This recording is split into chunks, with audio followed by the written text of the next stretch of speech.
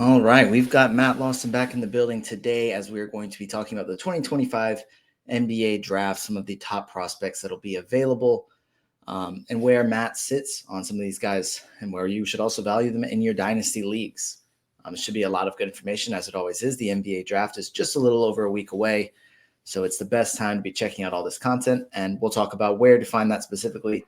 But as you guys know, Matt has great content out on his Patreon, so be sure to check that out, and you can also follow him on Twitter at NBA Dynasty ADP to get all of his content and find it all in one place. So make sure to do that. Before I bring Matt in, I just wanted to remind you guys that BetOnline is the world's most trusted betting platform and your number one source for all your sports betting action. We've got baseball season in full swing, and we're deep into the NBA and NHL finals. And BetOnline has more ways to stay in on the action with the latest odds, news and scores, and even live in-game betting while the games are being played. If you checked out last night's game, which was Game 5, a very important game in this series, obviously with it tied 2-2, and the Thunder were able to take advantage and take a 3-2 lead in the series, and they are now one win away from being NBA champions, and Indiana has to win the next two, despite Tyrese Halliburton not being 100% based on reports and based on watching the game. You can tell that as well. Currently, the lines have the Thunder as heavy favorites, heavier than they've been the entire time, even though they have been heavy favorites the whole time. Minus 1450 if you want to bet on the Thunder to win one of the next two games. And then just for Game 6, which is in Indiana, OKC is favored by 5 on BetOnline. So if you want to get on the action, they have a lot of different ways to do that. And then obviously they also have the live in-game betting, as I mentioned. So if you want to wait to see if Indiana has some late magic again, it's a great place to take advantage of that. We also keep the dog days of summer rolling with the largest selection of odds on everything, with updated odds on the MLB to UFC and boxing to tennis and NFL futures. BetOnline remains the best online source for all your sports wagering info. And then in between the games, you can head over to the BetOnline casino with all the top Vegas-style games, including poker and a live casino. BetOnline, the game starts here.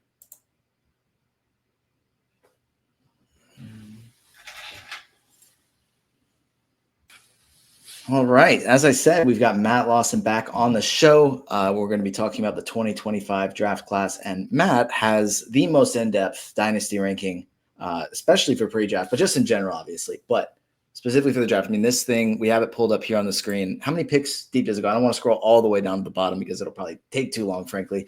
But how many picks does this go?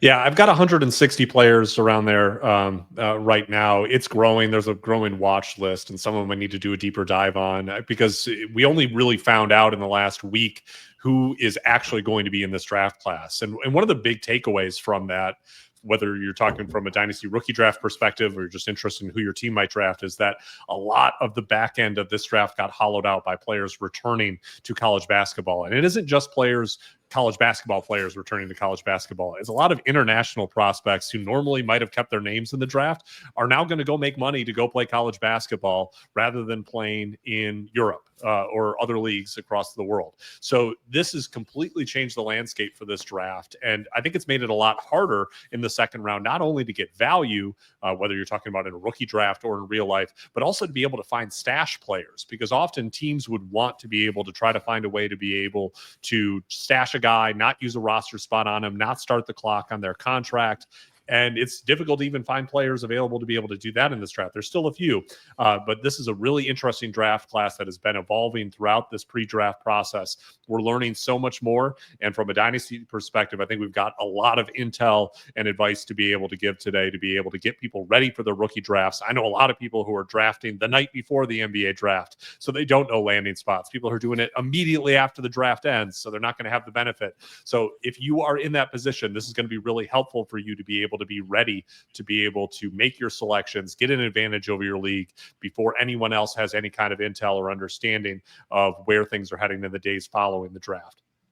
100%. And you mentioned that a lot of these players went back to college, and there's a few guys that you either had close to the lottery or at least first round talent, such as Axel Lendenberg, who's now going to Michigan. Is probably going to have a really phenomenal year that we're excited to watch how that unfolds. But it does change how we approach this draft from both just a general like fan perspective or just draft perspective, but also from a dynasty perspective. Because if you had second round picks and say you're in a 30-team league that drafts 60 rookies, or you're in a 12-team league that drafts 60 rookies, it changes some of the depth of where these picks could have been, because there are players now that we're probably going to have to take in the mid to late 30s or early 40s that you probably could have gotten 10 to 15 picks later and been able to get some value there at the end of your rookie draft. Now those guys are going earlier, so it changes the value of the picks, but I still am very excited about a lot of the guys that'll be going in, say, like the first 20 to 30 picks. As far as how your rankings are set up, can you walk us through a little bit of your process and how you set things up? Because I know you also have the tiers here and you have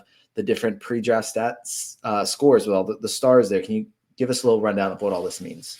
All right. So this is a process that I've been publishing for, I think, 5 years now. And it is something that I have applied backward to about the last dozen NBA drafts to be able to get a sense of how to be able to refine it to best project NBA success. What I do is a process that for this class started immediately after the NBA draft last year. So right after the 2024 NBA draft, I published my first 2025 NBA draft board. And I had already worked on that for a number of weeks in the lead up to the 2024 NBA draft. And ever since then, I've been refining that to be able to craft what I think the NBA stat sets for these players are going to look like. Now here, what you're seeing is the current version of the board that has pre-draft stat set for categories of league. So this is all 9 categories, and it's showing what, based on their pre-draft play, what the statistics say from their pre-draft performance, whether they were playing in college basketball, overseas, in the G League, what they are going to excel in different categories. This is based, in my experience, off of per possession or pace-free statistics. A lot of people will use per 36, per 40 numbers, just basically raw per game production and looking at statistics. I don't think that's helpful, and I think it's a trap. The reason is that teams in both college basketball and international leagues and the G League play at wildly different paces. The paces of those leagues can be completely different from each other. And we saw this a lot with the G League Ignite prospects in recent seasons, where everyone was really excited about how much Ron Holland scored, or what Jonathan Kuminga's stat line looked like. The reality was those guys were playing games that were played at something even above NBA pace, which can mean that you can have 30 to 35 or even 40 possessions more in a game than you do in college basketball, where some teams are playing at a pace of only about 65 possessions per game, as opposed to well over 100 in some of these other leagues. And international leagues vary in how much pace they play. This matters because if you are playing in a really high pace environment, that means more possessions in a game, and it's more stat-rich environment, more opportunity for the events that create statistics in fantasy basketball to be able to occur. So even when you stretch it out into per 36 stats, you think, oh, well, that'll balance it out because it's the same number of minutes. But those minutes are different in the pace that is being played within those minutes. So make sure when you're looking at statistical comparisons that you're looking at something that is removing pace from the equation to be able to get a better and level idea of how much these players are going to produce. So that's a big part of it. This is the current version of my board that by the time you all are watching and listening to this, I'm going to be releasing on my Patreon, patreon.com/NBA Dynasty ADP. This is going to be kind of my final pre-draft board, which goes as deep as any board that you will find out there, because I'm always looking for, us sickos in these 30-team dynasty leagues or drafting players, getting undrafted players onto the roster, looking for hidden gems. I'm going through the entire pool. I'm finding players that are going to be able to surface later. And we're finding the Keon Ellises and the Vince Williams of the world who emerge later on. This is something that this process has been able to do really consistently. And let me tell you right now, if I had been doing this back when Nikola Jokic was in the NBA draft, he would have absolutely popped. There would have been stars everywhere in his stat set score because you would have been able to see the level that he was at. And that's why when Alperen Şengün was in his draft class, I had him at the top of my dynasty rankings, even before he was being mocked as a player who was going into the middle of the first round. Even before he was drafted by the Houston Rockets, when even was just kind of considered maybe a second-round pick, he was someone that we immediately knew was going to have a massive fantasy stat set. So that's the appeal of this, that you are getting a huge advantage over the rest of your league because you understand how good these players will be at fantasy basketball. And if they make it and have big minutes, that's a different consideration. But when you're evaluating a prospect for Dynasty, you both need to understand how good they're going to be at fantasy basketball and whether they're going to get the minutes to be able to put those fantasy stats out there for you on your team. So I'm trying to balance both of those things here. In doing that, I've put together these fantasy stat set projections based on their pre-draft statistics. The stat score is the net of what they are positive in. So you can get a star for being positive in a category, but if you are a negative in a category, then you can lose it. So it's the net value of that. So someone like Cooper Flagg nets out as a +7 in this, a 7 stars. So this is an elite fantasy stat set. He doesn't have any weaknesses. I generally do not count turnovers because I think that falsely lowers players who are going to have the ball more in their hands, and you're going to need some of those players to be able to win in fantasy basketball. It ends up being the strategy where you end up punting points, assists, and other categories if you just try to focus too much on turnovers. So Cooper Flagg is really a fantasy player without any weakness for me. That's why I haven't projected the way that I do.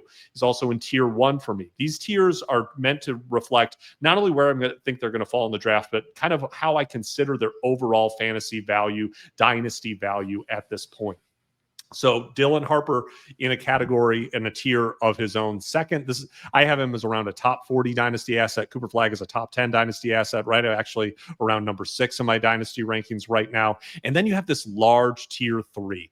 And these are players who, even though they're probably going to be taken in different places either in the lottery or just outside of it in the NBA draft next week, they're players that I think are going to have roughly equivalent dynasty value without knowing their landing spots. So right away, what you might notice here is that I have players like Colin Murray-Boyles and Derek Queen much higher than maybe you're going to see them in a mock draft or in a lot of big boards. And that's because they're pushed up by their fantasy stat set. They're pushed up by the fact that I think they are going to be, from a per minute perspective, some of the strongest fantasy producers in this class. I'm more uncertain about their role in the NBA. I'm uncertain about what their landing spot is going to look like. We can get into the specifics of that.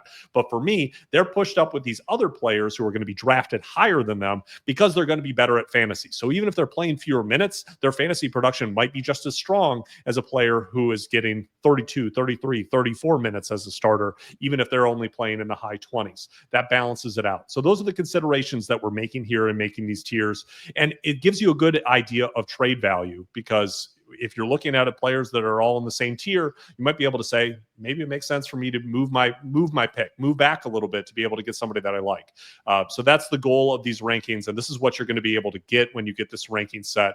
The ability to be able to value these players in both categories and points formats. I also have projected out what the pre-draft fantasy per possession points league production was for all these players. This is something you're not going to find anywhere else. This gives you a really good sense of how good a player is going to be in a points league format. I have both the official NBA fantasy stat scoring system for points leagues and Sleeper's default system. And we can talk about those differences a little bit later. But essentially, this is giving you an idea of how valuable per possession these players were in scoring fantasy points in their pre-draft seasons this past year. Yeah, and I'll walk through just quickly what this board looks like, just for those that are listening, maybe aren't able to see this board. So we've got Cooper Flagg in tier 1 in a tier of his own, Dylan Harper in tier 2 in a tier of his own, and then tier 3 ends up being a little larger with VJ Edgecombe, Colin Murray-Boyles, Derek Queen, which Matt was highlighting as Colin Murray-Boyles and Derek Queen as players that you're probably going to see a little higher here because of their stat set. Con Knuppel at 6 in category leagues. He's a little bit lower in points leagues, which we'll talk about here in a minute. Ace Bailey, Jeremiah Fears, Trey Johnson, Kamen Malawach. That wraps up tier 3. Tier 4 starts with Thomas Sorber. It goes to Kasparis Jakusionis, Cedric Coward, Carter Bryant. Matt, I forgot. It's Joan Beringer. Joan Beringer. Okay, I'm going to keep practicing. And then Noah Essengay wraps up tier 4. And then with tier 5, we have Danny Wolf, Jaeger Damon, Maxime Reynaud, Neat Clifford, Asa Newell, Jace Richardson, and Nolan Traore. So I think we're going to focus a little bit today on tiers 3 through 5, but obviously it does go significantly deeper than this. But this will be some of the players that could be going late first round. Even some of these guys may go early second round in the actual NBA draft, but are players that you're going to want to select much earlier in your dynasty rookie draft. And just looking at a few of these guys, because you do have, if you're seeing this on the screen, then you're able to follow along. But if you're just listening, both the category and the points rankings here. And I think the biggest difference for one player that I'm seeing in this tier range is Con Knuppel, who is ranked 6th in category leagues and 9th in points leagues, which isn't a dramatic change. But what for him specifically is kind of the difference between him being ranked a few spots higher in a category league versus a points league? Yeah, it's all about where the player's fantasy production is coming from. So for Con Knipple, you're going to get some of the best 3-point shooting in this draft class. I think he's going to be an elite 3-point shooter and 3-point producer in fantasy for you in his NBA career. Also, really strong free throw percentage producer as well. Neither one of those things makes a huge impact in a points league. And his weakness in not being a very strong rebounder is going to hurt you much more in a points league than it is in a categories league, where it's really just 1 out of 9 categories. That's fine. He doesn't produce there. You can get it from somewhere else, as opposed to a points league where a player isn't a very strong rebounder. That's one of the most consistent, largest producing categories in points league formats. If you don't have that foundation of rebounding, it's very difficult. You're dependent on outlier scoring games to be able to be scoring consistently in a points league. I think that's where Con Knipple gets hurt there. So I take him a little bit later. So when you're looking at this, even if you're in a points league, I think it's really helpful to be able to understand these stat sets and where the fantasy production is coming from, because it tells you something about the consistency that that player is likely to have as a points league producer. And it may vary in your league about what you value more. So these 2 different formats that I use are Sleeper's default system, which includes only giving a half point per point scored. That by default in Sleeper, you only get a half point for each point that you're scoring. So in a sleeper default system, the really big scores just aren't going to be as valuable, as opposed to the NBA's official scoring format, which is 1 point per point scored. Then you're also going to be getting 1.2 points for a rebound, 1.5 points for an assist, 3 points for a steal, 3 points for a block, -1 for a turnover. A lot of that is very similar to the sleeper default. So the real difference there is the half point per point score. That's where those 2 different systems vary quite a bit. So it's important to know what kind of format you're in when drafting players, because if their production is coming from scoring, they might not be as valuable in your format if you devalue scoring in it. Same for rebounds and defensive stats. There are some systems, points league systems, that only give a point or only 2 points for a steal or a block, as opposed to some that give 3. So that's really going to matter for a player like VJ Edgecombe, where a lot of his value is going to be in steals. He's going to be one of the players who I think is going to be near the league lead in steals every season. Maybe not at a Dyson Daniels level, but who is? He's going to be near the top, maybe contending for second behind Dyson. And that value matters a lot in a categories league. He can be someone who can drive winning in that category for you.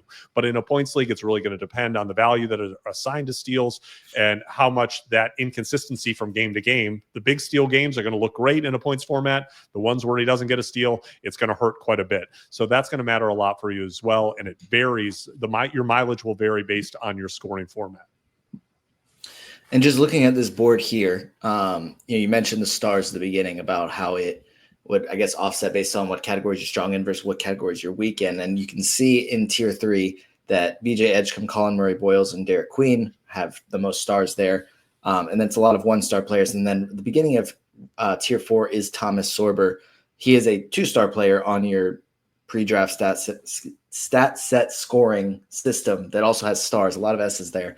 But he's also the beginning of a new tier. What's the difference there for Sorber, who per this, it has, I guess, a better category or impacts more categories versus some players that may be ranked a little bit above him?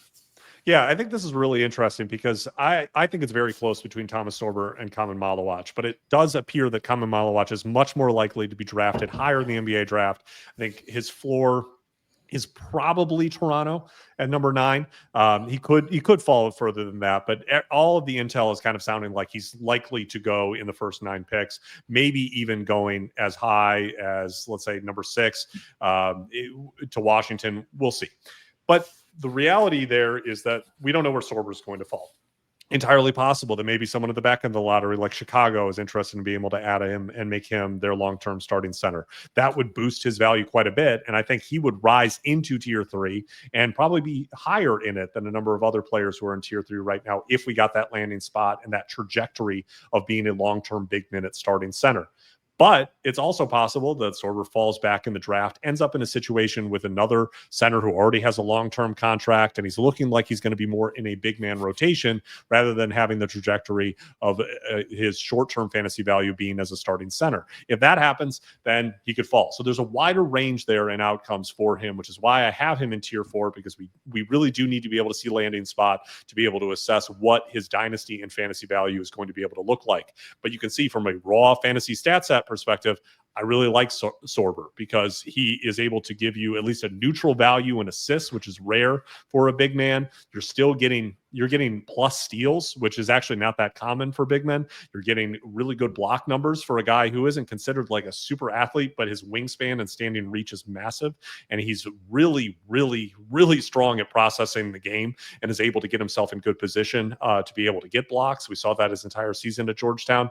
And he's not going to hurt you in a lot of areas. He's not a great three-point shooter yet. The free throw percentage isn't that great, but neither one of those are huge negatives, which they often are for traditional big men. They don't hit any threes, or they're shooting 50% from the line on high volume and destroying your free throw percentage. That's not Sorber. So I really like him. I think that if he gets in a spot where he is going to likely be a starting center in the NBA, where he appears to have a good opportunity for that, he'll be moving up these rankings and be someone that you want to draft above his draft slot.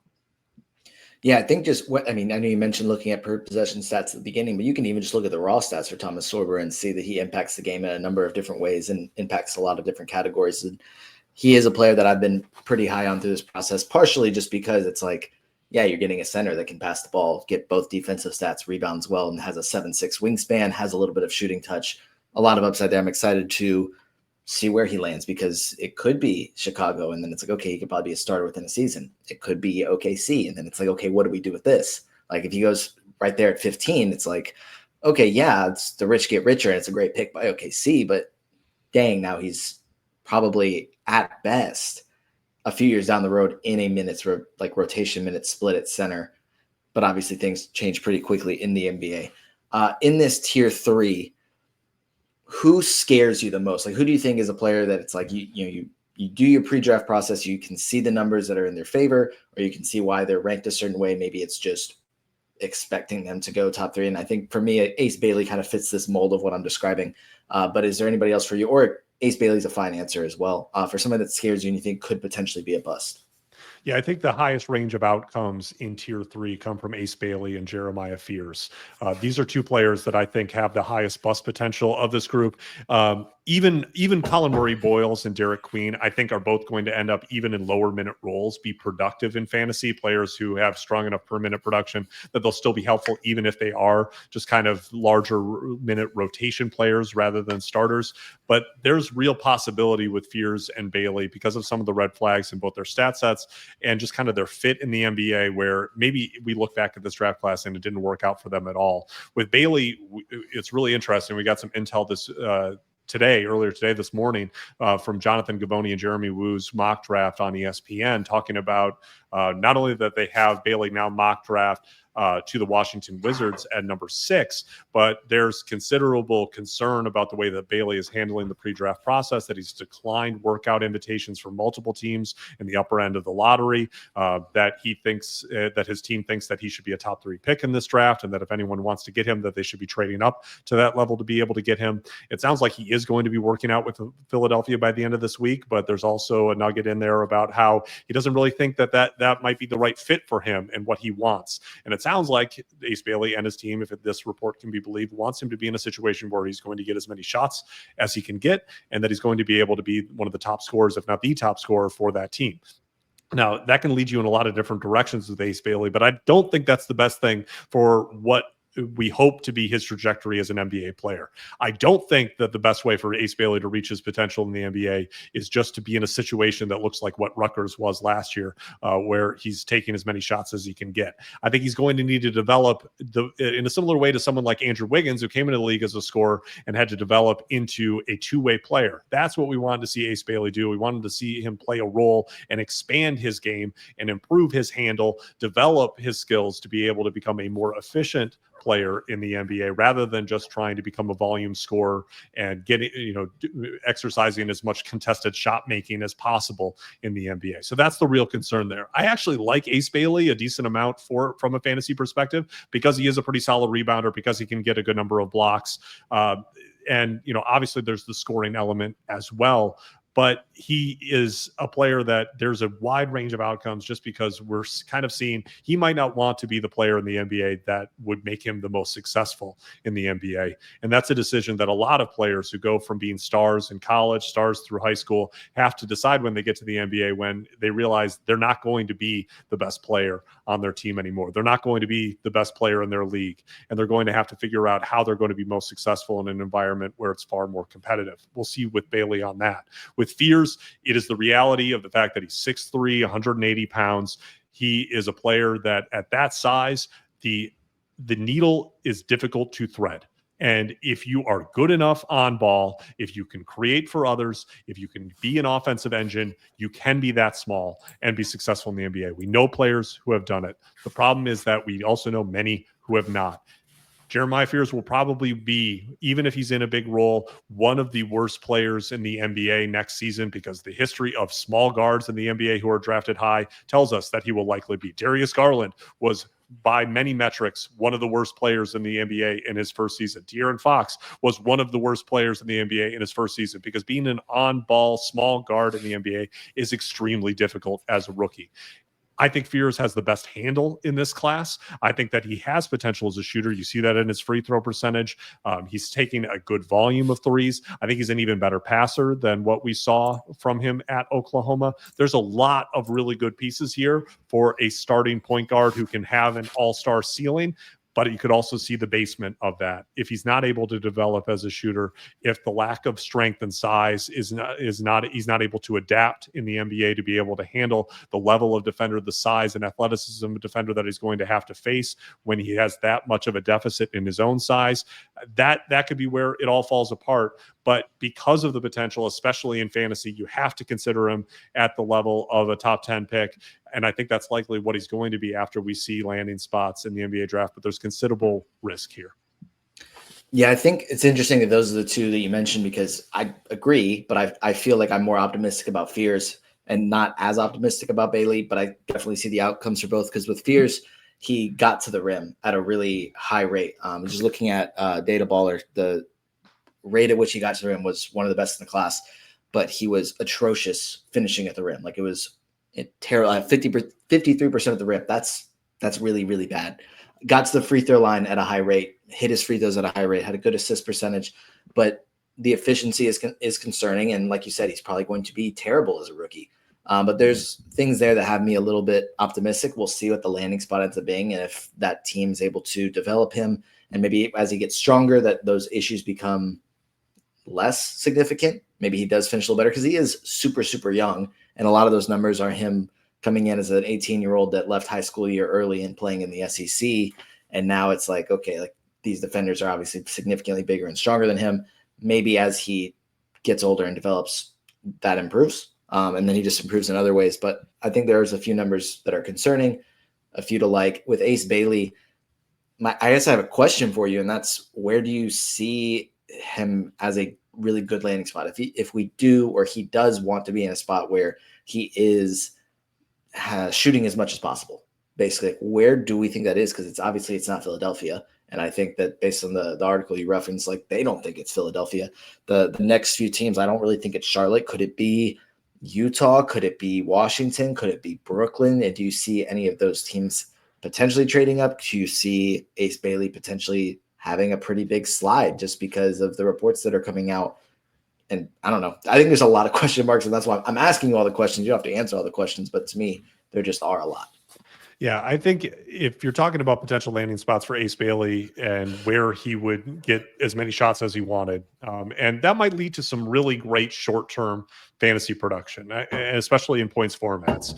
If he's got a super high usage rate, the ball in his hands a ton, you saw it at Rutgers last year, he could put up numbers, because a player like that can put up numbers, even if they're inefficient, on a bad team that isn't trying to win, if they're just given the ball enough. And in this draft order, yeah, he could walk into Utah this season and be at the top of the totem pole, the top of the hierarchy as a scorer immediately on that team, because they need more offensive creation, they need shot creation, and he would bring that to them from day one. Washington, I mean, it would probably be a literal fight for the ball between him and Jordan Poole, but he would immediately be at least 1A or 1B to Poole as far as taking shots in Washington. So you can see that as well. New Orleans, there's some serious concern there because obviously Zion's going to have the ball in his hands. If Zion is going to be there, I think Trey Murphy should have a huge role. CJ McCollum is going to get his shots. So I don't necessarily see, unless there's big changes in New Orleans, that there's just kind of unlimited usage and a green light in New Orleans for him next season.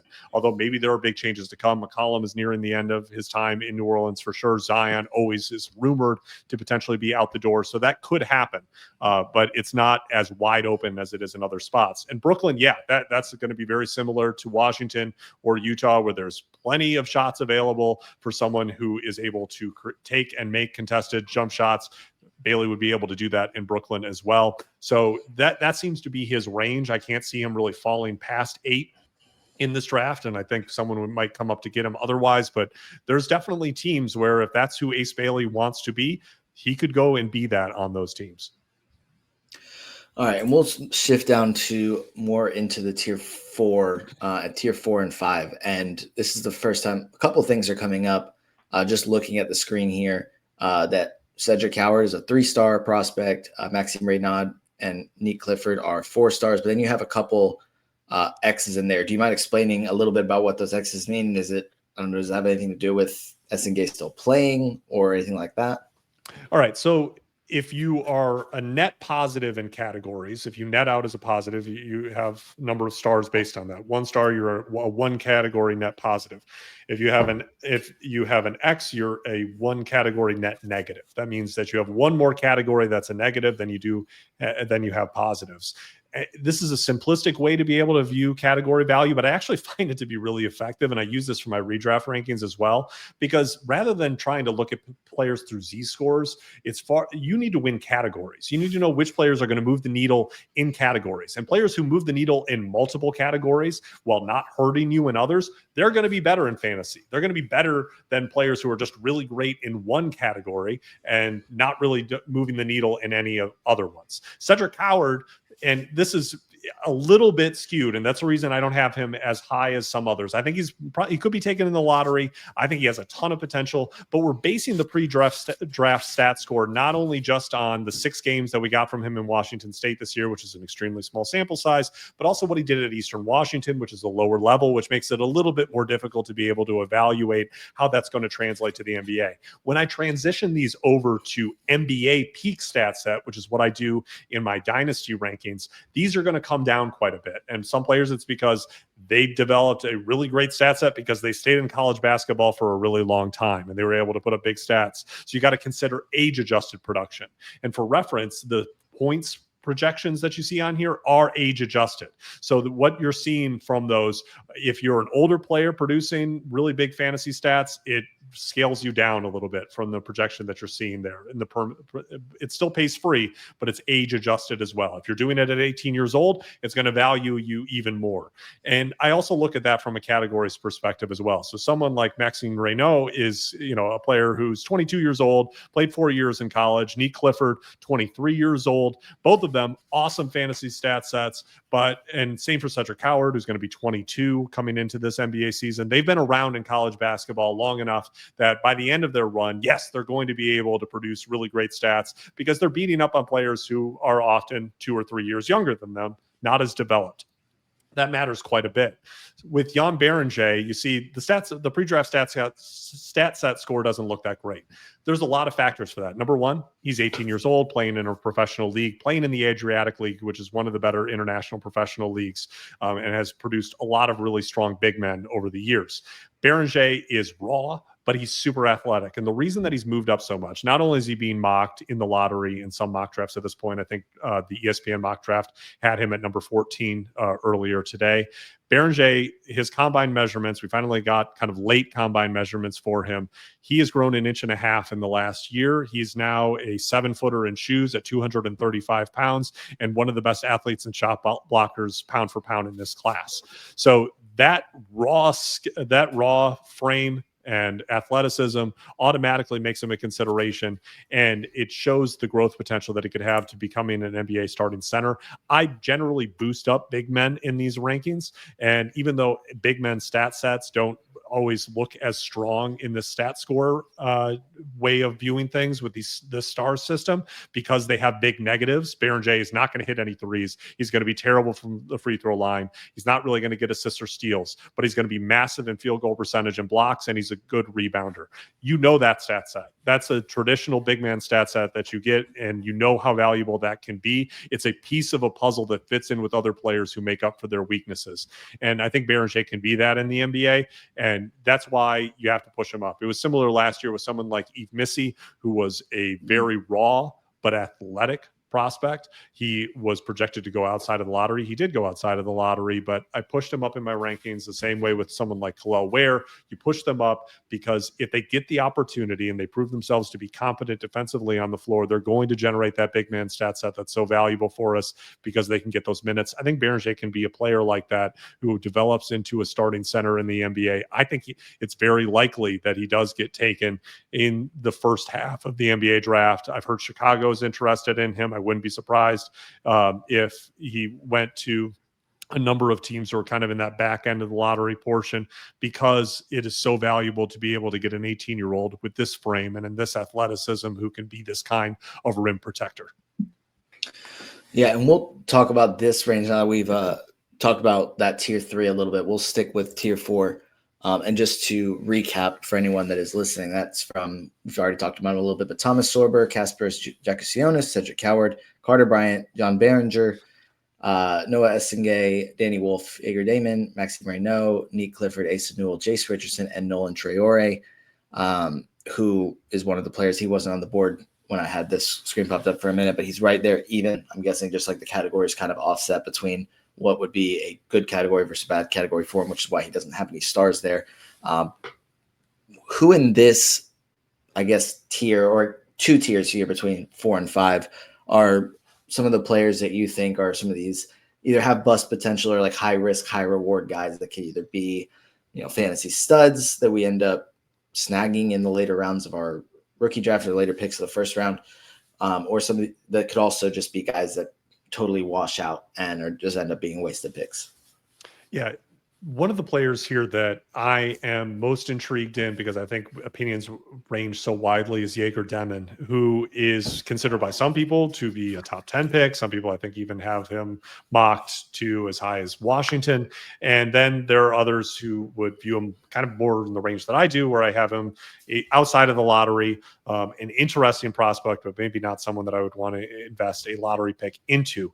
And I think it really all comes down to this. Jaeger Demon is probably the best passer in this class. He's doing it at 6'9", 200 pounds, +2 wingspan, only 19 years old.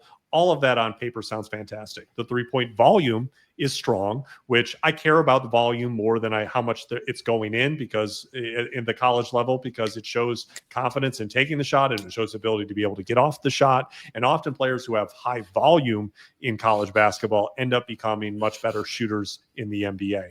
He's not a terrible free throw shooter. Everything there kind of looks all right.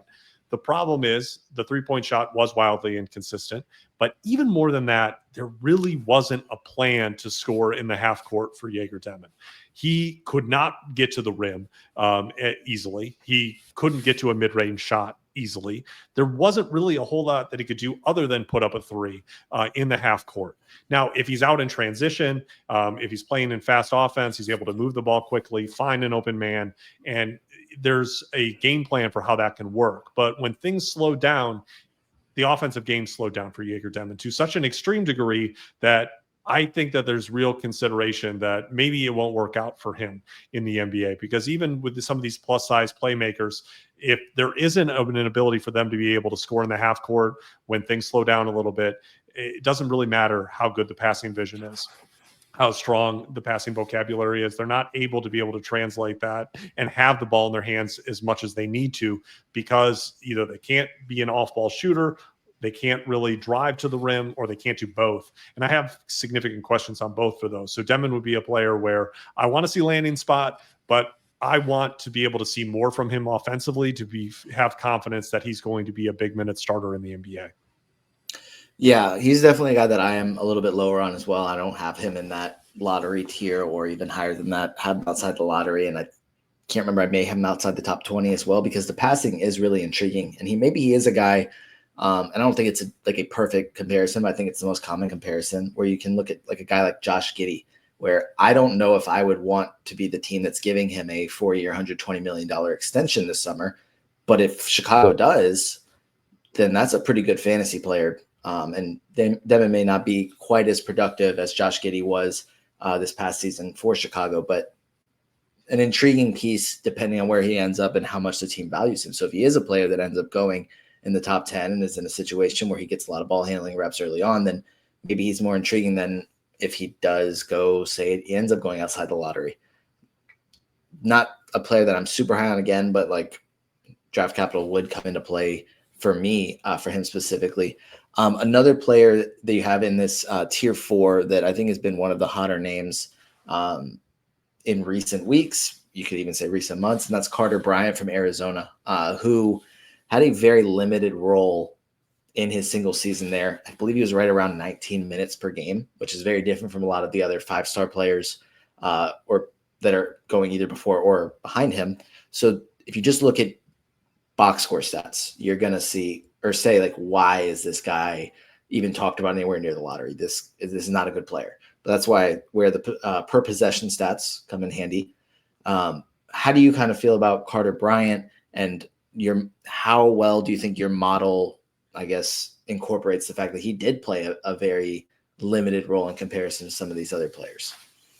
Yeah, this is where I really like the idea of using pace free and per possession stats, the way that levels the playing field, because the context is totally different. Carter Bryant was a role player for the Arizona Wildcats, but a really talented one, and plays a role and projects to a role that is extremely valuable in the NBA. He can defend multiple positions, and he can hit the three.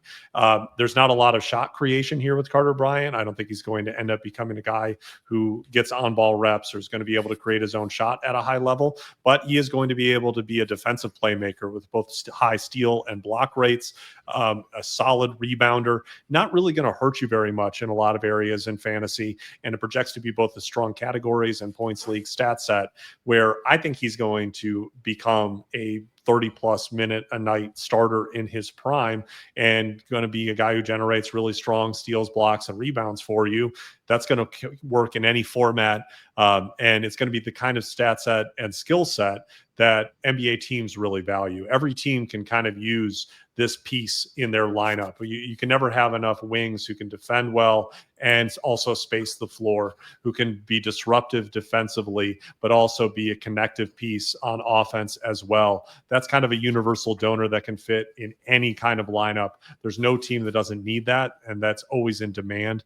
That's why Carter Bryant is likely to go in that, back end of the lottery area of this draft, and I think he's going to have a long-term run as a starter.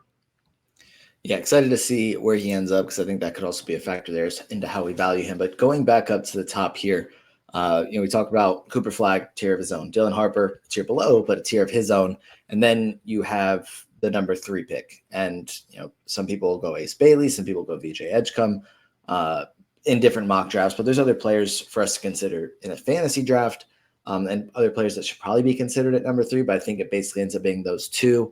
And then you have from what I've seen in most mocks, it's like a top 6 where it's the 4 we just mentioned, and then like a Trey Johnson and a Concanipple is like the players that most mocks have going in that top 6. I guess one, we haven't talked about it this episode, is like, how do we differentiate where we go with fantasy drafts versus just going straight down the board based on what order like players end up going? But then also, what are you doing if you have the number 3 pick in your rookie draft? Are you staying there and selecting VJ Edgecombe? Are you selecting someone else? Are you looking to trade? What kind of value can you get? Like, what's your process there? Yeah, with a lot of classes, there's kind of a defined hierarchy across the top 5 picks, top 6, where you don't really want to move around there because there's clear tiers of value within that. Here, you can see I have it as a 3rd tier that extends basically through the lottery. After you get past Cooper Flagg and Dylan Harper, you're getting into a territory where there is a really wide group of players to be able to consider here. Now, obviously, landing spots are going to change the consideration quite a bit. It's going to probably create some definition definition. It might even create a tier split within this group. And you could see players like Colin Murray-Boyles and Derek Queen, who I have much higher than where they're projected to be drafted, fall out of this tier if it looks like they're not going to be able to have the kind of opportunity that we're hoping that they're going to be able to show off their strong fantasy stat sets. But if I'm at number 3, while I think VJ Edgecombe is the safest pick there, because I think he's very likely to be both a high floor player because of his defensive disruption, the steals that you're going to get from him, the fact that I think he can play off ball as a catch and shoot 3-point shooter, and that there's also ceiling with him, that he has so much athleticism that he could develop a stronger handle, become a better on-ball player, be on that Victor Oladipo trajectory that a lot of people have comped him to. That's possible as well. I would feel comfortable with that. But at the same point, if you could trade back and get considerable value, if you could kind of what we call create the golden loom, where you're creating more and more value out of trading back. Trade back and get an extra pick in the 2026 NBA draft, which looks even stronger than 2025. Trade back and get a young player that you like and move back within this tier. I can see a lot of value in doing that. I would give that strong consideration, because so many people, when they get in their rookie drafts, if they're not informed, are just going to look at the NBA draft order and kind of draft based on that. That's not the way that this works. And go back to past draft classes to be able to see that. The value of these players in Dynasty does not follow draft order. It does. It's more likely to at the top of the draft, but even there, many times do we see Luka Doncic or LaMelo Ball or others who fall back a few picks and don't go at number 1. They end up being the best fantasy players. Dynasty managers saw that Tyrese Halliburton should be a top 3 pick in his class, and we're taking him very highly that year, taking him over some others who went far before him. So Dynasty managers understand this if they're smart. Many in your league will not be. And that's where there's an opportunity for you to be able to get extra value, because someone thinks that moving up to number 3 or number 4 in this class is going to give them so much more value than being at 6, 7, or 8. That very easily could not be the case. Those players could have very similar dynasty values. We'll obviously be talking more about that once we see landing spots. But my advice, based on my review of this class so far, is that you should be strongly considering moving backward if you are in those number 3, number 4, number 5 slots, and getting extra value from those picks to move back a little bit within the tier that I've outlined here, tier number 3, because I think there will be very similar dynasty value waiting for you there, and you can get some extra value added on top of it for free. All right. And I have one last question for you, because this is what everybody that consumes Dynasty content wants to know. They want to know the late round sleeper. They want to know the player they can get with the last pick of their draft that's actually going to be the best player in the NBA and is going to win them their Dynasty league. Who in this class, I'm just kind of scrolling down the board here so people can see kind of who goes a little bit after the players we've talked about. Who is somebody that either you think is like a late first round guy or even a second round player that could end up being just like a Dynasty stud? Yeah, you can kind of see on the screen there, I think there's like a 4-pack of players who are likely to go in the late first round, maybe even early second round, depending on when they're falling, who I think have the best chance to be fantasy stars if everything kind of breaks right for the highest end outcomes of their career. That's Rasheer Fleming, Adu Tiero, Walter Clayton Jr., and Ryan Kalkbrenner. And these are 4 extremely different players. They're actually like 4 very different archetypes of players. And they're all really interesting fantasy prospects for different reasons. I love Rasheer Fleming's defensive playmaking, strong rebound rate, hit the 3 at a really high level this past year at St. Joe's. And I think he's kind of one of those stat sets, other than not really being very strong of a passer, doesn't really hurt you in any place. Now, he did it in his age 20 season. Older, but not that old. And I understand the NBA might not value him as highly. That's why he's going to go later. But I think if things really break right for him, this is a guy who could end up being a starter in the NBA. And if he is, the fantasy stat set is there for him to be really valuable. So he's a player that you could get at the back end of even a 12-team draft, who is going to be waiting for you there. Maybe even if you only have a couple rounds in a 12-team Dynasty rookie draft, he's available after the draft for you to be able to scoop up. I would be looking to be able to add him. Adu Tiero kind of has that kind of package of a wing playmaker star that is a diamond in the rough. Super high free throw rate, an ability to be able to drive to the rim and get advantage over other players, draw fouls, and he just can't shoot yet. And maybe that will never happen. And that's going to prevent him from being able to be a starting wing or even a rotation wing in the NBA. But he's got the prototypical size for it at 6'7", 218 pounds with a +6 wingspan. This is the starter kit of a wing who could be successful in the NBA if he's able to develop that shot, if he's able to continue to develop as a defender. It might never happen, but he'd be someone that I'd be betting on to see if it does, because if it does, those outcomes could be really, really strong. Walter Clayton Jr., if you watched college basketball this past year, if you watched the NCAA tournament, you know Walter Clayton Jr. He's going to be a shot maker from day one, and one of the best 3-point shooters in this class. Undersized, obviously, at 6'3", 200 pounds with only a +2 wingspan. A little bit older, but 22 years old. So we saw him kind of mature through his college basketball career into the player that was able to win the national championship for Florida. I think at the very least, he's a backup point guard in the NBA. I think he could end up being someone like Peyton Pritchard, who's able to develop into a really big minute bench player, who's able to play significant minutes on a winning team. I really like Walter Clayton as someone who you could take and wait and see if he can kind of grow the way that Pritchard has into something more than just kind of an 18-minute, 20-minute a night backup, into something maybe he's getting to the upper 20 minutes, and then you really have something who could be a top 100 fantasy player at the highest end of outcomes for him. And then Ryan Kalkbrenner, another longtime college basketball player. He's massive, 7'2", 257 pounds with a +5 wingspan, one of the best shot blockers and rim finishers in this class. Can also shoot the three a little bit. I don't think that's really going to be a big part of his game in the NBA, but there's something there that he's been developing, and we've seen a lot of big men at least be able to take a trailer three, take a wide open three where they have a little extra time to be able to get set up. I think that's what Kalkbrenner can be in the NBA. But this is a traditional big man stat set that's going to be able to play even as a backup in more limited minutes. If he's got that rotation role, if he's playing minutes in the upper teams and lower 20s, he's going to have fantasy value for you. I think he's going to have a long career as an NBA player because you can't teach that kind of size and rim protection. I like Ryan Kalkbrenner a lot as someone to be able to get at the back end of a shallow league rookie draft, or someone to be able to take a little bit higher than his draft slot in a 30-team or other kind of deep format. All right.